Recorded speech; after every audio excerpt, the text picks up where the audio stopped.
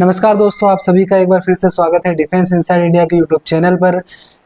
और आज हम लेके आए हैं मध्य प्रदेश लोक सेवा आयोग प्रीलिम्स की यूनिट 4 एमपी का भूगोल, जिसकी हम तीसरी वीडियो लेकर आए हैं।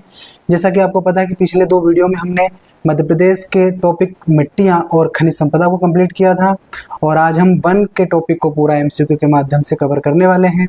तो चलिए स्टार्ट करते हैं, ज़्यादा समय न गवाते हुए। हम सबसे पहले मैं आपको सिलेबस से एक बार फिर से परिचय करा देता हूं।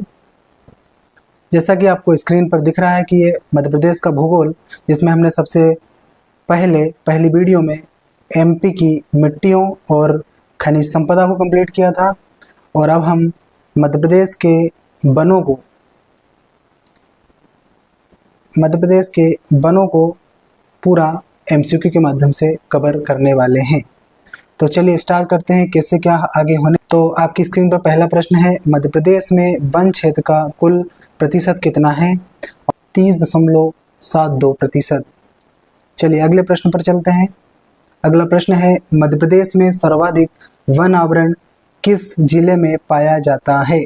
ऑप्शन ए है बालाघाट, बी मंडला, सी डिंडोरी और डी शहडोल।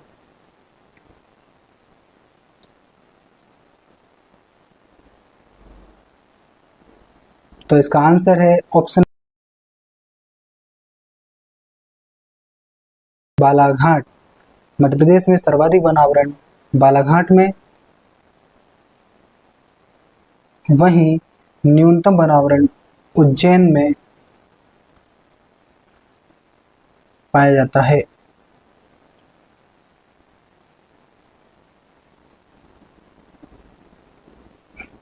चलिए अगले प्रश्न पर चलते हैं।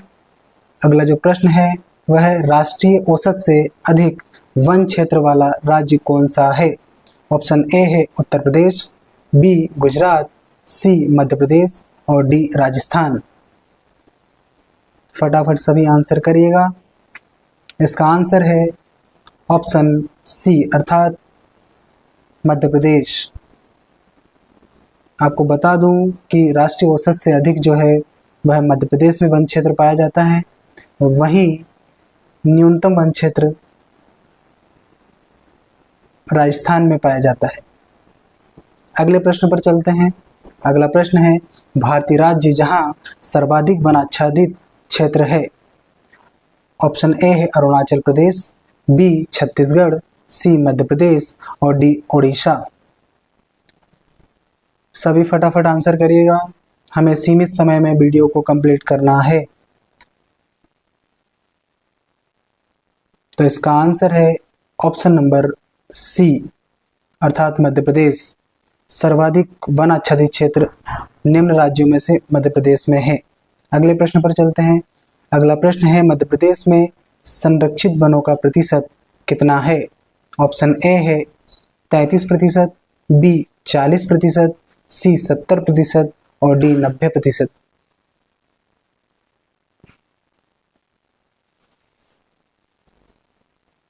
तो इसका आंसर है ऑप्शन नंबर सी अर्थात 33%। जैसा कि आपको पता है कि प्रशासन के आधार पर वनों का जो वर्गीकरण है वह आरक्षित, संरक्षित और अवर्गीकृत तीन रूपों में बांटा गया है इसको।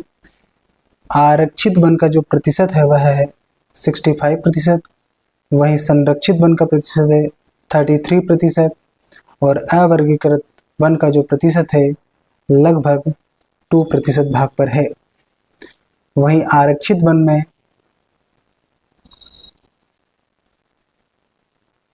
वन में आवागमन,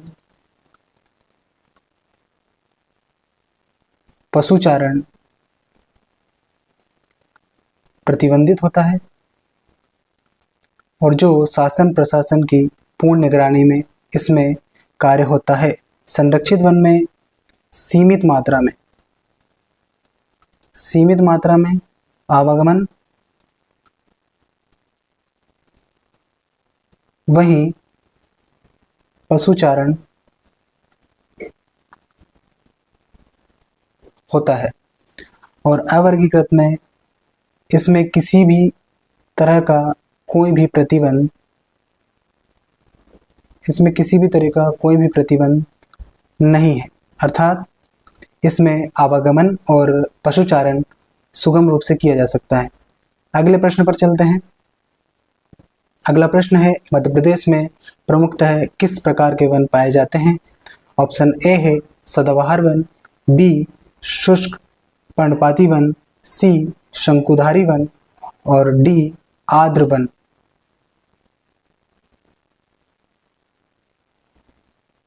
आंसर बताइए सही फटाफट। तो इसका आंसर है ऑप्शन नंबर बी, अर्थात शुष्क पर्णपाती वन।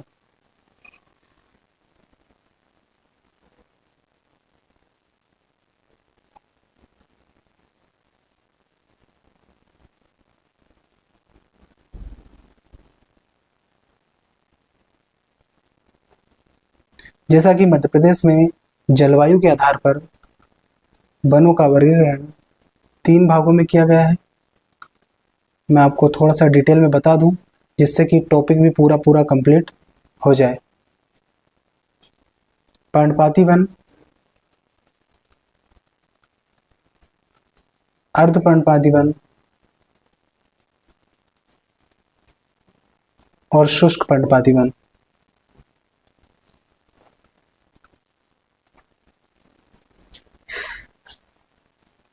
पर्णपाती वन लगभग 88% भाग पर, मध्य प्रदेश के 88% भाग पर पाए जाते हैं। वहीं अर्ध पर्णपाती वन है वह लगभग 8% भाग पर पाए जाते हैं और शुष्क पर्णपाती वन 2% भाग पर पाए जाते हैं। इनमें जो वर्षा का प्रतिशत है वह लगभग,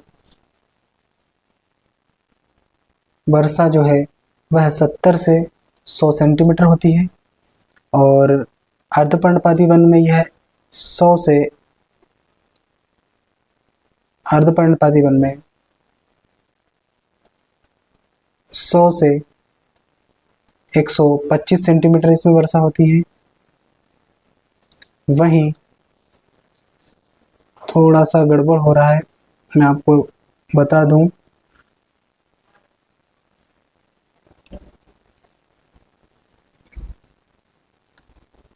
पच्चीस से 75 सेंटीमीटर के बीच यहाँ पर वर्षा होती है।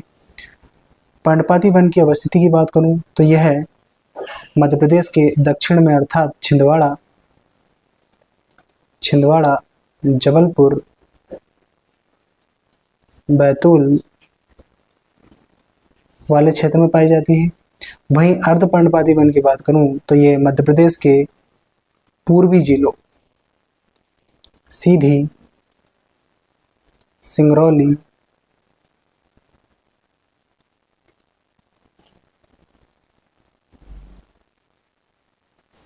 शहडोल वाले क्षेत्र में अर्ध पर्णपाती वन की अवस्थिति पाई जाती है। वहीं शुष्क वन की बात करूं तो यह मध्य प्रदेश के उत्तरी जिले भिंड, मुरैना और शिवपुरी वाले क्षेत्र में इन वनों की अवस्थिति पाई जाती है। अगले प्रश्न पर चलते हैं। अगला प्रश्न है, साल वृक्ष प्रमुखतः मध्य प्रदेश के किस क्षेत्र में पाया जाता है? ऑप्शन ए है विंध्याचल, बी बघेलखंड, सी सतपुड़ा और डी चंबल। सभी फटाफट आंसर करिएगा। आपकी 2026 एमपीपीएससी प्रीलिम्स में इस सीरीज से अधिक फायदा होगा। आप इन वीडियो को निरंतर देखते रहिए और हम भी निरंतर इस चैनल के माध्यम से आपको वीडियो उपलब्ध कराते रहेंगे। आंसर बताइएगा सब फटाफट। तो इसका आंसर है ऑप्शन नंबर सी, अर्थात सतपुड़ा। जो साल वृक्ष की अवस्थिति है वह सतपुड़ा वाले क्षेत्र में पाई जाती है। वहीं सागौन वन यह होशंगाबाद की बोरी घाटी में अच्छे प्रकार, उच्चतम क्वालिटी।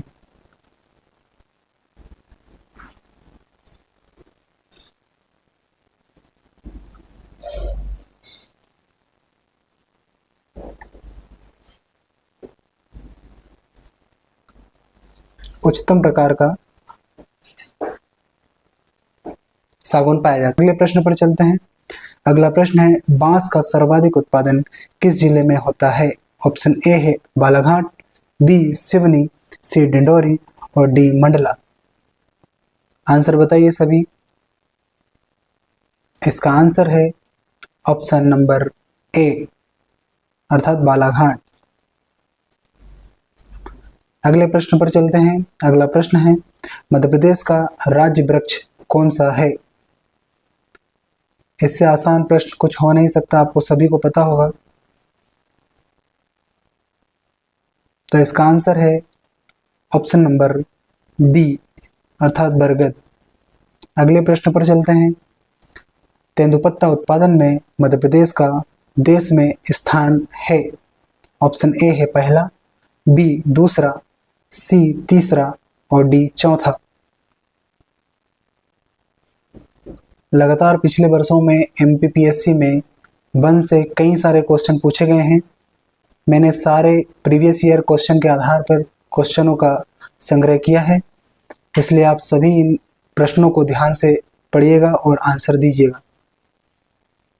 इसका आंसर है ऑप्शन नंबर ए, अर्थात तेंदुपत्ता उत्पादन में मध्य प्रदेश का देश में प्रथम स्थान है। अगले प्रश्न पर चलते हैं। अगला प्रश्न है, हरित सोना किस वन उत्पाद को कहा जाता है?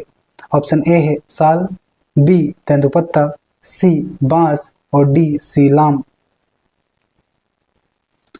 क्वेश्चन महत्वपूर्ण है, आंसर सभी दीजिएगा। तो इसका आंसर है ऑप्शन नंबर सी, अर्थात बांस। हरित सोना जो है बांस को कहा जाता है। अगले प्रश्न पर चलते हैं। अगला प्रश्न है, वन महोत्सव मध्य प्रदेश में कब बनाया जाता है? ऑप्शन ए है जुलाई, बी अगस्त, सी सितंबर और डी मार्च। महत्वपूर्ण प्रश्न साथियों, आंसर दीजिएगा सभी।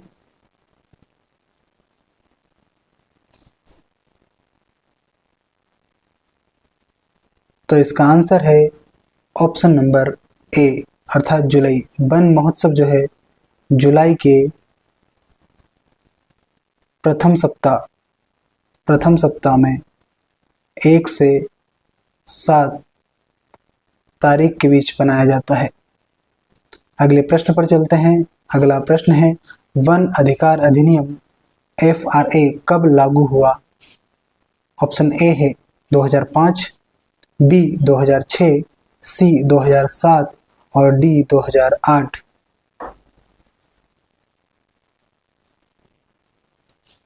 वनों के सारे क्वेश्चन जिसमें अधिनियम और योजनाओं वाले प्रश्न को भी आपको देखना है, क्योंकि लगातार एमपीपीएससी में प्रीवियस ईयर में नवीन योजनाओं के आधार पर भी एमपी से क्वेश्चन बने हैं। तो इसका आंसर है option number option number b 2006। अगले प्रश्न पर चलते हैं। अगला प्रश्न है, मध्य प्रदेश वन विकास निगम की स्थापना कब हुई थी?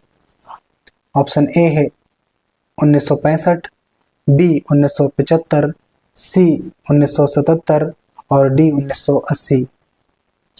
महत्वपूर्ण प्रश्न है ये, आंसर दीजिए सभी। इसका आंसर है ऑप्शन नंबर बी 1975। अगले प्रश्न पर चलते हैं। अगला प्रश्न है, मध्य प्रदेश में सर्वाधिक तेंदुपत्ता उत्पादन किस जिले में होता है? ऑप्शन ए है बालाघाट, बी मंडला, सी सिवनी और डी डिंडोरी।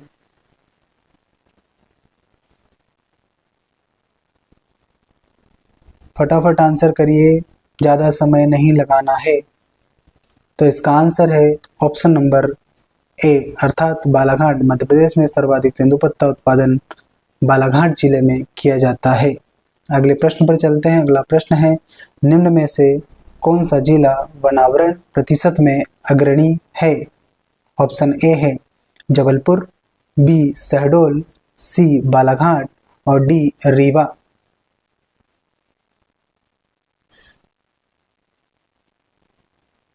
तो इसका आंसर है ऑप्शन नंबर सी, बनावरण किया जाता है या किया गया है।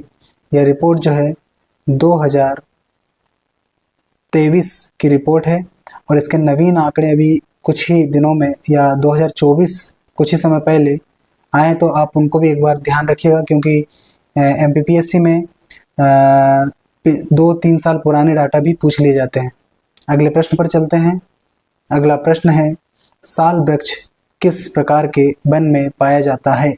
ऑप्शन ए है सदाबहार वन, बी शुष्क पर्णपाती वन, सी नम पर्णपाती वन और डी शुष्क सदाबहार वन। तो इसका आंसर है ऑप्शन नंबर सी, अर्थात नम पर्णपाती वन। साल वनों की अवस्थिति नम पर्णपाती वन में पाई जाती है। अगले प्रश्न पर चलते हैं। अगला प्रश्न है, राज्य वन अनुसंधान संस्थान मध्य प्रदेश में कहाँ स्थित है? ऑप्शन ए है भोपाल, बी जबलपुर, सी इंदौर और डी ग्वालियर। सारे क्वेश्चन महत्वपूर्ण हैं, आप सभी क्वेश्चन को अच्छे से पढ़कर आंसर करिए। तो इसका आंसर है ऑप्शन नंबर बी, अर्थात जबलपुर। राज्य वन अनुसंधान संस्थान मध्य प्रदेश में जबलपुर में अवस्थित है। संस्थानों से पिछले वर्ष भी एमपीपीएससी प्रीलिम्स में क्वेश्चन पूछे गए थे, तो आप संस्थानों को अच्छे से याद करिएगा। अगले प्रश्न पर चलते हैं। अगला प्रश्न है, वन अधिकार अधिनियम के अंतर्गत अधिकार किसे प्राप्त होते हैं? ऑप्शन ए है अनुसूचित जाति, बी जनजाति, सी वनवासी एवं अनुसूचित जनजातियां और डी अन्य पिछड़ा वर्ग। तो इसका आंसर है ऑप्शन नंबर सी, अर्थात वनवासी साथ ही अनुसूचित जनजातियां। वन अधिकार अधिनियम के अंतर्गत जो अधिकार प्राप्त है वह वनवासी अर्थात वन में रहने वाले निवासरत लोग और साथ ही अनुसूचित जनजातियों को इनका अधिकार प्राप्त है। अगले प्रश्न पर चलते हैं। अगला प्रश्न है, मध्य प्रदेश में वन अनुसंधान केंद्र कहाँ स्थित है? ऑप्शन ए है भोपाल, बी जबलपुर, सी ग्वालियर और डी उज्जैन। तो इसका आंसर है ऑप्शन नंबर बी, अर्थात जबलपुर। अगले प्रश्न पर चलते हैं। अगला प्रश्न है, tropical forest research institute Madhya Pradesh में कहाँ स्थित है? ऑप्शन ए है भोपाल, बी इंदौर, सी जबलपुर और डी ग्वालियर। आंसर दीजिए सभी फटाफट, क्योंकि वीडियो ज़्यादा लंबा होगा तो आपको भी देखने में परेशानी होगी, इसलिए कम से कम समय में हमने वीडियो कंप्लीट करने की कोशिश की है। तो इसका आंसर है ऑप्शन नंबर सी, अर्थात ट्रॉपिकल फॉरेस्ट रिसर्च इंस्टीट्यूट जो है वह जबलपुर में अवस्थित है। फॉरेस्ट मैनेजमेंट जो है वो भोपाल में अवस्थित है।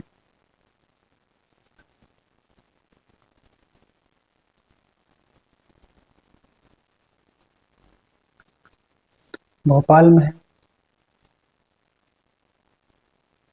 और tropical forest research institute Jabalpur में अवस्थित है। अगले प्रश्न पर चलते हैं। अगला प्रश्न है, मध्य प्रदेश का वन प्रशिक्षण संस्थान कहाँ स्थित है? ऑप्शन ए है सागर, बी भोपाल, सी बालाघाट और डी तामिया। लगभग 48 से 50 क्वेश्चन की सीरीज है, इसमें नंबरिंग नहीं की गई है और सारे महत्वपूर्ण प्रश्न हैं और साथ ही साथ मैं आपको एक्स्ट्रा फैक्ट भी दे रहा हूं, जिससे कि लगभग सारा टॉपिक इसी एक वीडियो में कंप्लीट हो जाए। तो इसका आंसर है ऑप्शन नंबर बी, अर्थात भोपाल। मध्य प्रदेश में वन प्रशिक्षण संस्थान एमपी के भोपाल में अवस्थित है।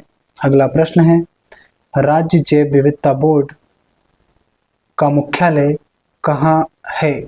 ऑप्शन ए है ग्वालियर, बी भोपाल, सी सतना और डी जबलपुर।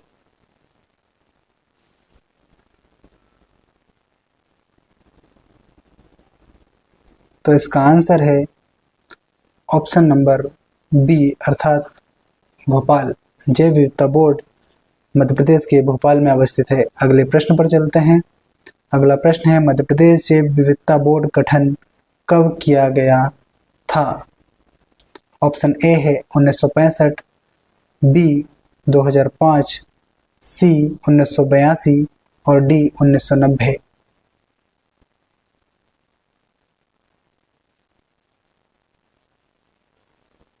तो इसका आंसर है ऑप्शन नंबर बी अर्थात 2005।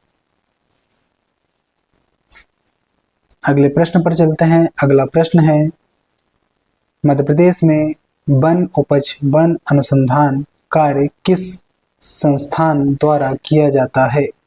ऑप्शन ए है तामिया प्रशिक्षण केंद्र, बी राज्य वन अनुसंधान संस्थान जबलपुर, सी एमएफपी समिति भोपाल और डी वानिकी विश्वविद्यालय मंडला। तो इसका आंसर है ऑप्शन नंबर बी राज्य वन अनुसंधान संस्थान जबलपुर। वन उपज पर अनुसंधान कार्य राज्य वन अनुसंधान संस्थान जबलपुर के माध्यम से किया जाता है। अगले प्रश्न पर चलते हैं। अगला प्रश्न है, मध्य प्रदेश में किस स्थान पर ट्राइबल रिसर्च इंस्टीट्यूट TRI कार्यरत है? ऑप्शन ए है शहडोल, बी भोपाल, सी जबलपुर और डी डिंडोरी।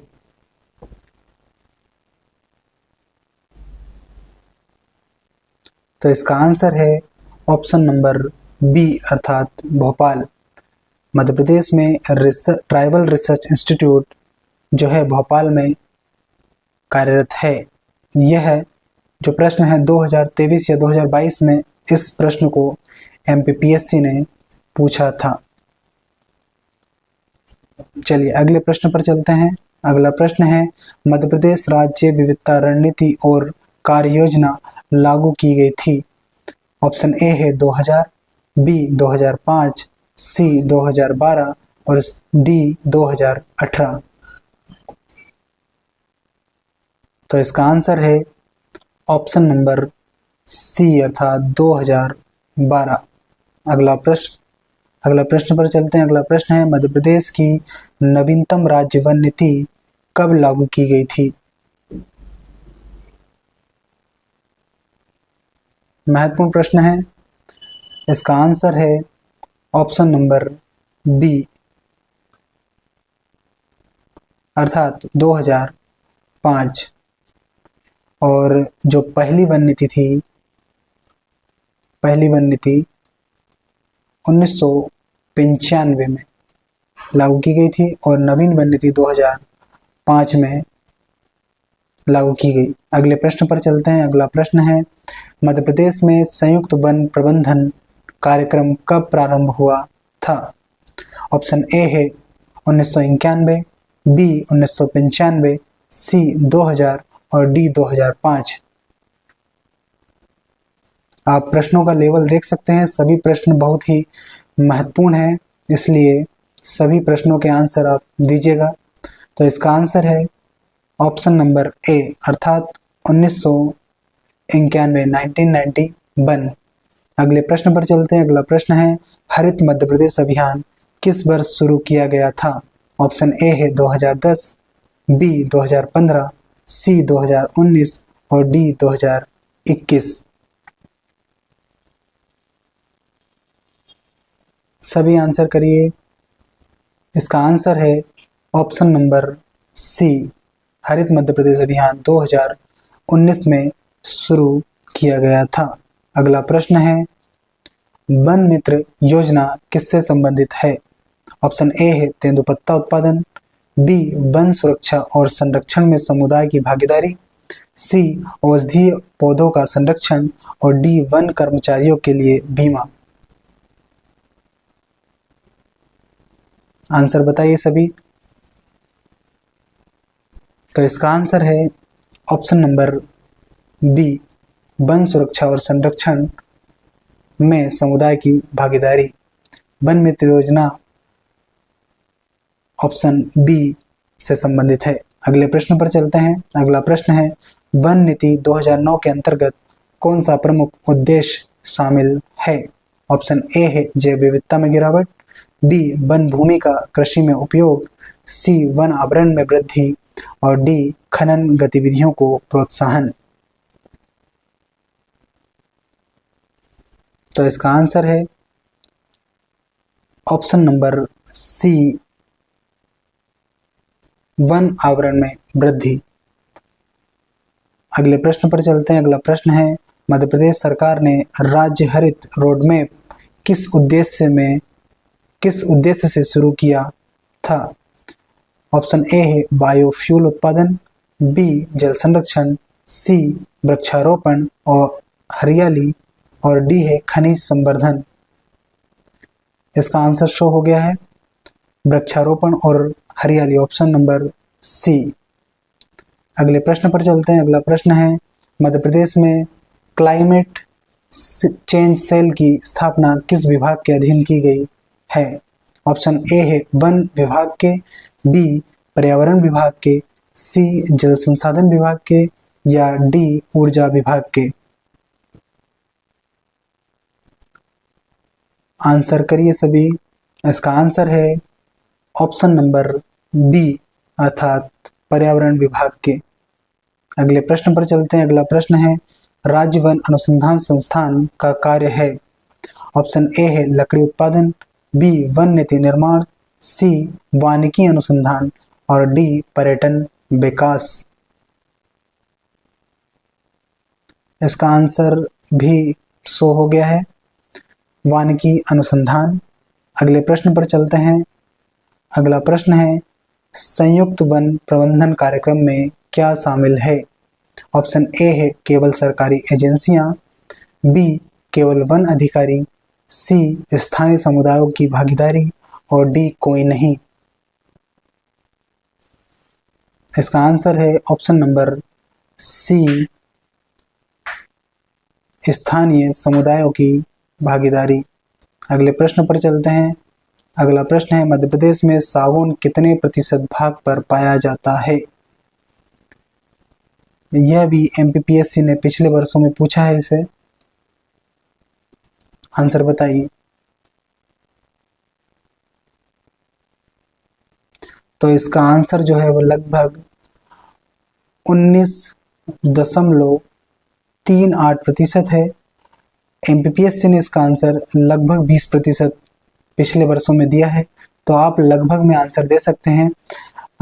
एमपीपीएससी ने 20 और साथ ही 19.38% जो है वह आंसर भी लगभग सही है। अगले प्रश्न पर चलते हैं। अगला प्रश्न है, जलवायु के आधार पर वनों के प्रकार हैं।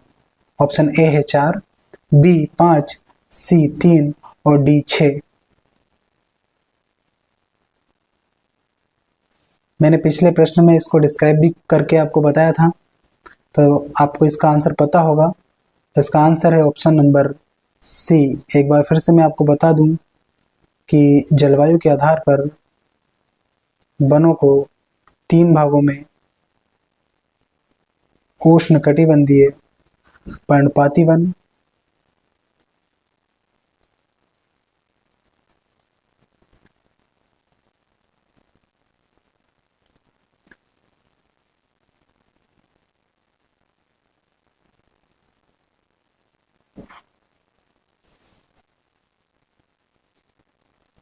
उष्णकटिबंधीय पर्णपाती वन,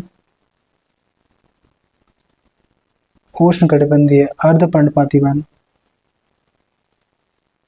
और तीसरा है शुष्क पर्णपाती वन। चलिए अगले प्रश्न पर चलते हैं। अगला प्रश्न है, मध्य प्रदेश में सर्वाधिक किस प्रकार के वन पाए जाते हैं? ऑप्शन ए है उष्णकटिबंधीय पर्णपाती वन, बी उष्णकटिबंधीय शुष्क पर्णपाती वन, सी उष्णकटिबंधीय अर्धपर्णपाती वन और डी इनमें से कोई नहीं। तो इसका आंसर है ऑप्शन नंबर सी अर्थात ऑप्शन नंबर ए अर्थात उष्णकटिबंधीय पर्णपाती वन। यह लगभग मध्य प्रदेश के 88% भाग पर पाया जाता है। अगले प्रश्न पर चलते हैं। अगला प्रश्न है, पहली वन रिपोर्ट कब जारी की गई थी? ऑप्शन ए है 1987, बी 1977, सी 1988 और डी 1875। तो इसका आंसर है ऑप्शन नंबर ए अर्थात 1987 में पहली वन रिपोर्ट जारी की गई थी और निरंतर इन्हीं वन रिपोर्ट के आधार पर हर 2 वर्ष में वन रिपोर्ट जारी होती है। अगले प्रश्न पर चलते हैं। अगला प्रश्न है, मध्य प्रदेश में इको पर्यटन विकास बोर्ड कहाँ स्थित है? ऑप्शन ए है जबलपुर, बी भोपाल, सी उज्जैन, डी देवास। इसका आंसर है ऑप्शन नंबर बी अर्थात भोपाल। आईएमपी प्रश्न है। अगले प्रश्न पर चलते हैं। मध्य प्रदेश में पंचवन योजना कब लागू की गई थी? ऑप्शन ए है 1988, बी 1979, सी 1976, डी 1999। तो इसका आंसर है ऑप्शन नंबर सी अर्थात 1976 में पंचवन योजना लागू की गई थी। अगला प्रश्न है, मध्य प्रदेश में वन वृत्त इकाइयों की संख्या है? ऑप्शन ए है 19, बी 18, सी 20 और डी 16।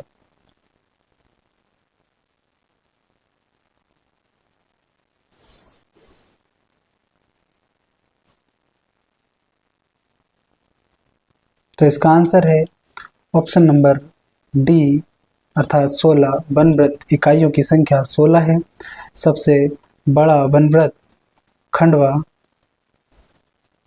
वहीं सबसे छोटा वन वृत्त होशंगाबाद है, जो अब नर्मदापुरम के नाम से जाना जाता है।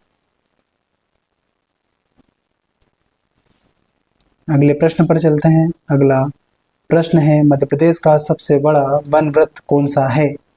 ऑप्शन ए है खरगोन, बी खंडवा, सी देवास और डी नर्मदापुरम। मैंने आपको अभी पिछले प्रश्न में बता ही दिया, इसका आंसर है खंडवा। अगले प्रश्न पर चलते हैं। एकलव्य शिक्षा विकास योजना का संबंध है? ऑप्शन ए तेंदुपत्ता संग्रह से, बी साल संग्रह से, सी महुआ संग्रह से और डी इनमें से कोई नहीं। सारे प्रश्न अति महत्वपूर्ण हैं। आप सभी एग्जाम से पहले इन प्रश्नों को पढ़कर जाइएगा।